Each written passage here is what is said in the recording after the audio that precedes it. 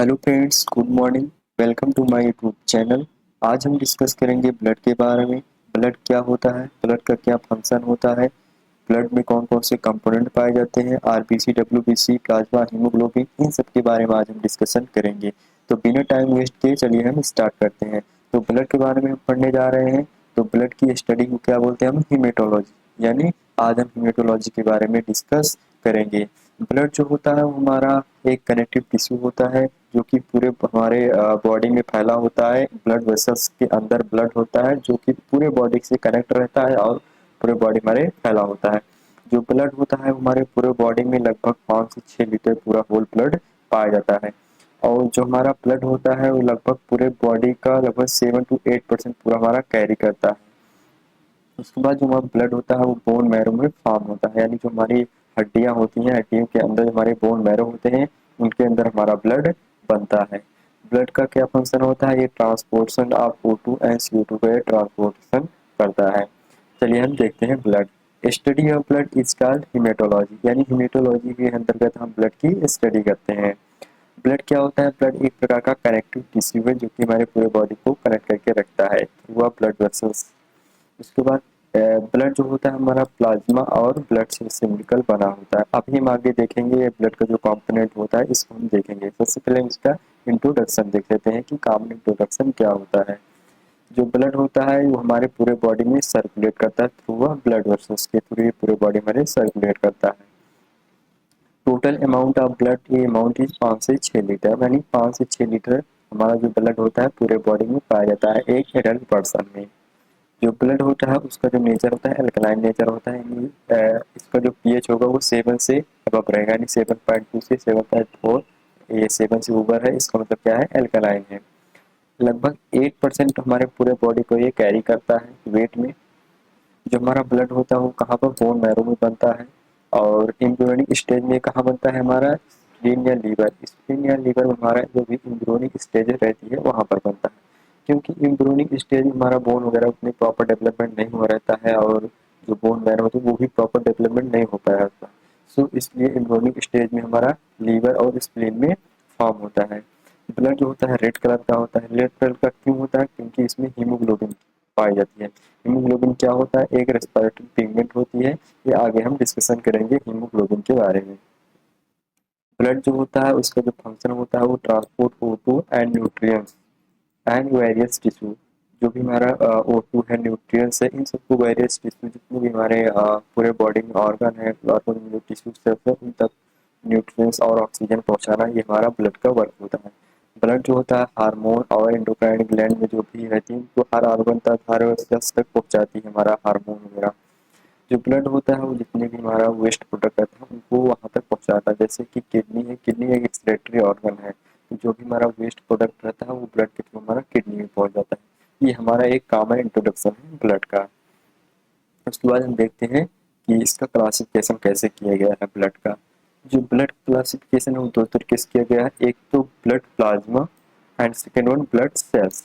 जो हमारी blood plasma होती है वो 55% होता है और जो हमारी ब्लड सेल्स होती है वो 45% रहती है।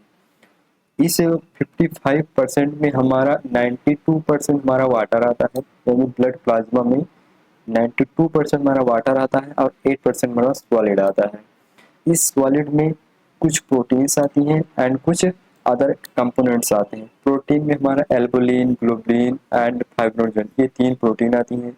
अदर कंपोनेंट में हमारा hormone, glands and other electrolytes, ये सब हमारे अदर कंपोनेंट पाए जाते हैं।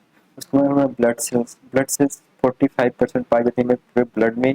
ये 3 पार्ट में डिवाइड है, आरबीसी, डब्ल्यूबीसी एंड प्लेटलेट्स। तो ये हमारा जो डब्ल्यूबीसी है, ये डब्ल्यूबीसी 2 टाइप्स का है, एक ग्रेनुलोसाइट एक ए ग्रेनुलोसाइट। ये ग्रेनुलोसाइट भी 3 टाइप्स का होता है और ए ग्रेनुलोसाइट भी 2 टाइप्स का होता है। ये टोटल 5 टाइप्स का होता है, ये हम आगे डिस्कशन करेंगे। तो यह है ब्लड वेसल्स है। इस ब्लड वेसल्स के अंदर एक है हमारी आरबीसी है। आरबीसी कैसा इसका शेप है? कॉनकेव शेप है, राउंडेड शेप है। ये हमारी प्लेटलेट्स है। ये प्लाज्मा है। प्लाज्मा के अंदर देखिए कैसा वाटर पूरा है। और ये हमारा वाइट ब्लड सेल्स, ये हमारा ब्लड है। ब्लड सबसे पहले हम देखिए, ये हमारा ब्लड प्लाज्मा। सबसे पहले इस ब्लड प्लाज्मा के बारे में डिस्कस करेंगे, उसके बाद ब्लड सेल्स के बारे में डिस्कस करेंगे। चलिए देखते हैं हम ब्लड प्लाज्मा। ब्लड प्लाज्मा क्या होता है? एक गोल्डन येलो कलर का लिक्विड होता है जिसमें वाटर होता है और कुछ अदर सब्सटेंस होते हैं, प्रोटीन वगैरह होते हैं। ये हमारा ब्लड प्लाज्मा है। ये हमारा ब्लड प्लाज्मा, ये हमारा ब्लड प्लाज्मा। इसमें क्या क्या होता है? कुछ वाटर्स होते हैं, कुछ प्रोटीन्स होती हैं एंड कुछ अदर कंपोनेंट्स होते हैं, विटामिन, हार्मोन्स वगैरह ये सब होते हैं। चलिए देखते हैं कंपोनेंट ऑफ प्लाज्मा। प्लाज्मा क्या है? वाटर है और क्या है? सॉलिड है। कुछ वाटर में क्या है? 90% टोटल प्लाज्मा है, मतलब कि उस प्लाज्मा में हर 90% वाटर ही है। उसके बाद जो काम क्या करता है? एब्जॉर्प्शन एंड ट्रांसपोर्टेशन का ये वर्क करता है हमारा वाटर। सॉलिड में क्या है? हमारा प्रोटीन आता है और अदर कंपोनेंट्स आता है। प्रोटीन में कौन कौन सा? एल्बुमिन, ग्लोबुलिन एंड फाइब्रोनोजेन, ये हमारे 3 प्रोटीन्स आती हैं। देखते हैं हम एल्बुमिन क्या होता है। एल्बुमिन जो हमारा होता है वो लीवर में बनता है और ये काम क्या करता है? ऑस्मोटिक प्रेशर को हमारा ये मेंटेन करता है। ऑस्मोटिक प्रेशर क्या होता है कि जो हमारा ब्लड जिस प्रेशर से जा रहा है, ब्लड में जो भी प्रोटीन्स वगैरह हैं और जो भी उसमें गैसेस वगैरह हैं, वो किस प्रेशर से वो ब्लड को आगे थ्रू कर रहा है हमारे कैपिलरीज वगैरह में, उसको उसमें जो प्रेशर लग रहा है उसको हम ऑस्मोटिक प्रेशर बोलते हैं। तो हमारा नेक्स्ट है हमारा ग्लोबुलिन। ग्लोबुलिन जो होता है ये भी लीवर में बनता है। कितने टाइप्स का होता है? 3 टाइप्स का होता है। एल टाइप्स का हमारा ये ग्लोबुलिन होता है। प्रोड्यूस लिम्फेटिक टिश्यू, जो हमारा ग्लोबुलिन होता है ये लिम्फेटिक टिश्यू को प्रोड्यूस करता है। और लिम्फेटिक टिश्यू क्या होता है? एक तरीके से हमारा डिफेंस कवर करता है। So globulin is involved in defence mechanism, यानी ये डिफेंस मैकेनिज्म हमारा इन्वॉल्व है। उसके बाद देखते हैं फाइब्रिनोजन क्या होता है। फाइब्रिनोजन का क्लॉटिंग फैक्टर होता है जो कि ब्लड क्लॉट में हेल्प करता है। ये भी हमारा लीवर में बनता है और हेल्प इन ब्लड क्लॉटिंग में हेल्प करता है। ये हमारा फाइब्रिनोजन हो गया। फाइब्रिनोजन एक प्रकार का क्लॉटिंग फैक्टर आता है। क्लॉटिंग फैक्टर्स होते हैं जैसे कि फाइब्रिनोजन, प्रोथ्रोम्बिन, थ्रोम्बोप्लास्टिन और एंटी हेमोफिलिक स्टेबल फैक्टर, ये कई सारे फैक्टर्स होते हैं हमारे क्लॉटिंग फैक्टर। लेकिन यहाँ पर हम फाइब्रिनोजन के बारे में देखते हैं। उसके बाद हमारा एक पॉइंट आता है सीरम क्या होता है। सीरम जो होता है ये जो हमारा प्लाज्मा है ना, प्लाज्मा, जो हमारा ब्लड प्लाज्मा, अगर इसमें से हम इस क्लॉटिंग फैक्टर को निकाल दें, यानी इस फाइब्रिनोजन को निकाल दें, तो जो हमारा बचता है उसे हम बोलते हैं सीरम। यानी प्लाज्मा में से, इस प्लाज्मा में से इस फाइब्रिनोजन को क्या कर दें? निकाल दें, तो जो हमारा कंपोनेंट बचता है उसे हम सीरम बोलते हैं। और ये हमारा प्लाज्मा हो गया पूरा। उसके बाद हमारा अदर कंपोनेंट जैसे कि glucose, hormones, insulin, T3, T4, TSH, ये सब हमारे हार्मोन्स हैं और कुछ विटामिन, ये सब अदर कंपोनेंट्स में आते हैं। उसके बाद फंक्शन ऑफ प्लाज्मा। प्लाज्मा क्या वर्क है हमारे बॉडी में, इसका देखते हैं। जो हमारा प्लाज्मा होता है वो हार्मोन्स को ट्रांसपोर्ट करता है, विटामिन वगैरह को ट्रांसपोर्ट करता है। Responsible for blood clotting, blood clotting के लिए रिस्पॉन्सिबल होता है। क्यों? क्योंकि इसमें हमारा क्लॉटिंग फैक्टर्स पाए जाते हैं, प्रोटीन्स वगैरह। मेंटेन द ऑस्मोटिक प्रेशर, जो हमारा ऑस्मोटिक प्रेशर होता है, ब्लड को जो प्रेशर से जा रहा है उसको ये मेंटेन करता है प्रोटीन, जो कि हमारे ये है ये जो हमारा ग्लोबुलिन प्रोटीन होती है हमारी क्या करती है? डिफेंस मैकेनिज्म कवर करती है। ये हमारा हो गया पूरा प्लाज्मा के बारे में। उसके बाद हम, ये हमारा हो गया प्लाज्मा, पूरा प्लाज्मा हमने कवर कर लिया। उसको हम देखते हैं ब्लड सेल्स के बारे में। ब्लड सेल्स में जैसे कि आरबीसी, डब्ल्यूबीसी, प्रोटीन, इन तीनों के बारे में हम देखेंगे। उसके बाद लास्ट में हम देखेंगे हीमोग्लोबिन के बारे में। तो देखते हैं सबसे पहले ब्लड सेल्स क्या होता है। जो हमारी ब्लड सेल्स होती हैं उसमें 3 टाइप्स की सेल्स होती हैं, आरबीसी, डब्ल्यूबीसी एंड प्लेटलेट्स। सबसे पहले हम देखेंगे आरबीसी। आरबीसी मतलब होता है रेड ब्लड सेल्स। आरबीसी को हम टेक्निकल जो नाम है वो हमारा है इथ्रोसाइट, यानी इलेक्ट्रोसाइट को हम क्या बोलते हैं? आरबीसी, यानी red blood cells.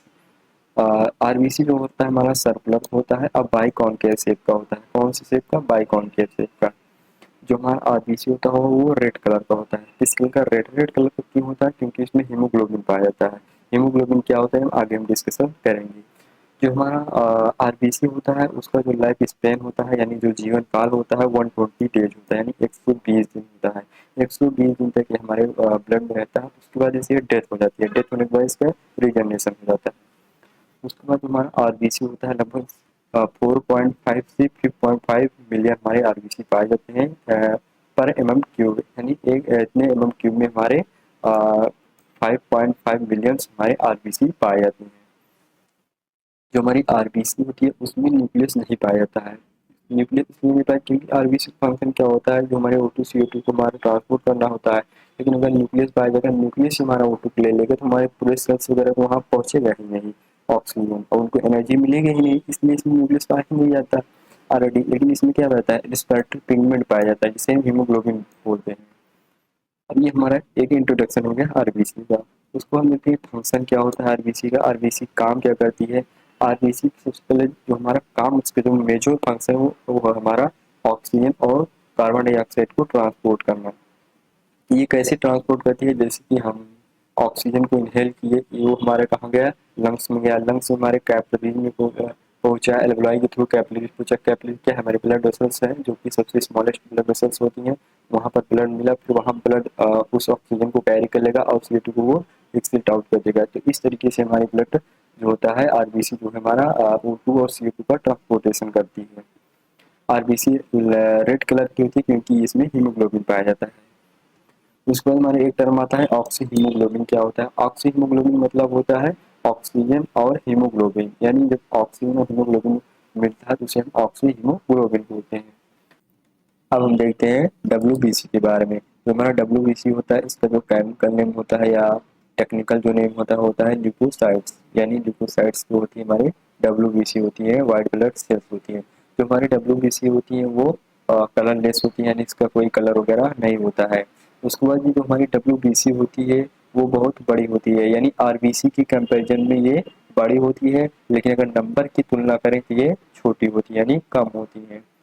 The life cycle of WBC is 12 to 20 J. 12 to 20 J इसका लाइफ साइकिल है। Normal count of WBC is 5000 to 10,000। 5000 to 10,000 इसका क्वांटिटी है। उसके बाद हम बात करें, अगर यदि बॉडी हमारे WBC बढ़ जाए यानी इंक्रीज हो जाए तो उसे हम क्या बोलते हैं, ल्यूकोसाइटोसिस। हमारी बॉडी में WBC बढ़ जाए उसके हम ल्यूकोसाइटोसिस बोलेंगे। वही WBC अगर कम हो जाए तो हम ल्यूकोसाइटोपिनिया बोलेंगे। Types of WBC mainly two types को होती हैं, एक granulocyte and second one agranulocyte. Granulocyte में थ्री टाइप्स को होती हैं, neutrophils, eosinophils, basophils. Agranulocyte two types, lymphocyte and monocyte. ये हमारी सेल्स मोनोसाइट सेल्स हैं, ये है इजनोफिल, ये है बेसोफिल, ये है न्यूट्रोफिल एंड ये लास्ट लिम्फोसाइट्स। ये हमारी पूरी क्या है, WBC सेल्स हैं। अब देखते हैं हम न्यूट्रोफिल। न्यूट्रोफिल क्या है, एक प्रकार का ग्रेनुलोसाइट सेल्स है। About 60 to 70% of total WBC। पूरे WBC में से 60 से 70% हमारा कैरी करता है न्यूट्रोफिल। ये क्या करता है, act as a first line defence against the bacteria and virus. जो भी बैक्टीरिया एंड वायरस अगर हमारे बॉडी में इंटर करता है तो सबसे पहले जो डिफेंस कवर करेगा हमारा न्यूट्रोफिल करेगा। उसके बाद हम देखते हैं एजोनोफिल। एजोनोफिल को हम एसिडोफिल भी बोलते हैं। About 2 to 4% of total WBC। पूरे WBC 2 to 4% पाया जाता है। और जो हमारा ये एजोनोफिल है, ये क्या वर्क करता है, हमारे बॉडी में कोई भी एलर्जी रिएक्शन हो रहा है तो उसके अंदर जो हमारा फाइट करेगा या जो भी हमारा मैनेजमेंट करेगा वो हमारा क्या करेगा, एजोनोफिल उसको देखेगा। बेसोफिल, बेसोफिल पूरे बॉडी में यानी WBC में हमारा 4.5 से 1% पूरा पाया जाता है। Secrete serotonin and histamine involve in inflammation. जो हमारा इन्फ्लामेशन होता है वो किस वजह से होता है, किस सेल्स की वजह से होता है, हमारा बेसोफिल। उसे कौन सी सेल्स कंट्रोल करती है, हमारी बेसोफिल। यानी अगर पूरा बात करें तो बेसोफिल जो होती है हमारी वो सेरोटोनिन और हिस्टामिन में इन्वॉल्व होती है कि इन्फ्लामेशन या किसी प्रकार का ट्यूमर वगैरह हो रहा है तो उसमें कौन सेल वर्क करें, कौन से उसे कंट्रोल करनी है, हमारे बेसोफिल। उसके बाद हम देखते हैं लिम्फोसाइट्स क्या होती है। लिम्फोसाइट जो होती है वो पूरे WBC में 25% कैरी करती है। दो प्रकार की सेल्स होती हैं, एक तो हमारी बी लिम्फोसाइट, एक हमारी टी लिम्फोसाइट। जो बी लिम्फोसाइट होती है वो बोन मैरो में डेवलप होती है और एक एंटीबॉडी बनाती है। जो हमारी टी लिम्फोसाइट होती है वो थाइमस में, थाइमस ग्लैंड होती है वहाँ पर डेवलपमेंट होती है और ये बैक्टीरिया को किल करती है। यानी ये एंटीबॉडी उसके अगेंस्ट बनाएगी और ये क्या करेगी, किल करेगी। इसके बाद लास्ट हम देखते हैं मोनोसाइट्स। मोनोसाइट्स क्या होती है, 3 to 8% पाई जाती है हमारे पूरे WBC में। Monocytes इंटर्स into the tissue, it convert into the macrophage. देखिए जो हमारे मोनोसाइट्स हैं, जब भी कोई भी बैक्टीरिया वगैरह उसमें इंटर होगा तब हमारी मोनोसाइट वर्क करेगी एज अ माइक्रोफेज, जो कि उसको बैक्टीरिया उससे क्या करेंगे, उसे किल करके उसे माइक्रोफेज अपना क्या करेगी, खा लेगी मोनोसाइट्स। उसमें देखते हैं फंक्शन ऑफ डब्ल्यूबीसी से, जो हमारी डब्ल्यूबीसी जो होती है उनका क्या क्या वर्क होता है उसके बारे में देखते हैं। It help to protection against the infection, this is the neutrophil and monocytes. जो हमारी न्यूट्रोफिल्स होती हैं एंड मोनोसाइट्स होती हैं, यही हमारा इन्फेक्शन के अगेंस्ट हमारा प्रोटेक्शन करती हैं। कोई भी बैक्टीरिया वगैरह आता है तो ये क्या करेंगे, उसे फाइगोसाइट्स में कन्वर्ट कर देंगी, यानी उसे किल कर देंगी, खा लेंगी, अपना भोजन बना लेंगी। It help to produce immune substance, क्या कहते हैं, इम्यून सब्सटेंस को ये प्रोड्यूस करती हैं। ये हमारा हो गया पूरा डब्ल्यूबीसी। अब हम देखते हैं प्लेटलेट्स के बारे में। प्लेटलेट्स क्या होता है? जो प्लेटलेट्स होता है इसका जो टेक्निकल नेम है या केमिकल नेम वो क्या है, थ्रोम्बोसाइट्स है। It is also known as thrombocyte. Platelet are round और कॉन्वेक्स और ओवल शेप। कैसा होता है? कॉन्वेक्स और ओवल शेप का होता है। जो हमारी नॉर्मल प्लेटलेट्स होता है वो 2 to 4 लाख होता है, यानी 2 से 4 लाख हमारा क्या होता है, हमारा प्लेटलेट्स होता है। और ये हमारा 8 से 11 दिन तक हमारा इसका जो लाइफ स्पैन है ये होता है। और जो हमारा प्लेटलेट्स है इसमें न्यूक्लियस पाए जाते हैं। फंक्शन ऑफ प्लेटलेट्स, प्लेटलेट्स के क्या फंक्शन होते हैं? Platelets synthesise the thromboplastin which is essential for blood clotting. जो हमारा प्लेटलेट होता है वो किसमें इन्वॉल्व होता है, हमारा ब्लड क्लॉटिंग। हमारी ब्लड क्लॉटिंग यानी हीमोस्टेसिस में इन्वॉल्व जो होता है हमारा प्लेटलेट्स इन्वॉल्व होता है। ये हमारे प्लेटलेट्स का वर्क है। अब हम देखते हैं हीमोग्लोबिन क्या होता है। हीमोग्लोबिन जो होता है हमारा एक प्रकार का रेस्पिरेटरी पिगमेंट होता है, यानी हीमोग्लोबिन के कारण हमारा आरबीसी जो होती है वो रेड होती है, यानी the red colour of blood is due to haemoglobin. Haemoglobin जो पाया जाता है मेल में वो 14 to 18 ग्राम पर टीएल, टीएल तो डेसीलीटर, ये हमारा पाया जाता है मेल में। फीमेल में 12 to 16 ग्राम पर टीएल पाया जाता है। उसके बाद 1 haemoglobin is equal to 4 haem unit plus 4 globin chain, यानी जो हमारे एक हीमोग्लोबिन होता है उसमें 4 हीमो रहता है और 4 ग्लोबिन चेन रहता है, ये हमारा एक हीमोग्लोबिन में पाया जाता है। So one hemoglobin molecules contain of 4 molecules of oxygen, यानी एक हीमोग्लोबिन कितने ऑक्सीजन मॉलिक्यूल्स कैरी करता है? 4। The normal blood contain 13 to 15 gram of haemoglobin पर 100 ml, यानी अगर 100 ml ले तो उसमें 13 to 15 ग्राम हमारा क्या पाया जाएगा, हीमोग्लोबिन पाया जाएगा। Anaemia occur due to decrease of haemoglobin, अगर हमारे बॉडी में हीमोग्लोबिन कम होता है तो हमारा बॉडी कैसा है, एनीमिक हो जाएगा, यानी पूरा येलोइश हो जाएगा। फंक्शन ऑफ हीमोग्लोबिन, हीमोग्लोबिन क्या फंक्शन होता है? ट्रांसपोर्ट O2 एंड CO2, जो हमारा ऑक्सीजन और कार्बन डाइऑक्साइड है उसको ट्रांसपोर्टर से हमारा हेल्प करता है हीमोग्लोबिन।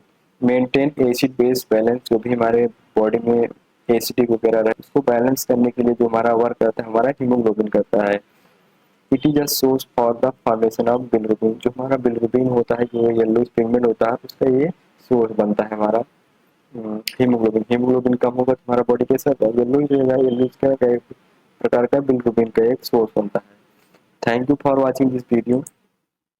आई होप आपको समझ में आ गया होगा। यदि आपको समझ में आ गया हो प्लीज़ हमारे यूट्यूब चैनल को लाइक करें, सब्सक्राइब करें और शेयर करें। Thank you.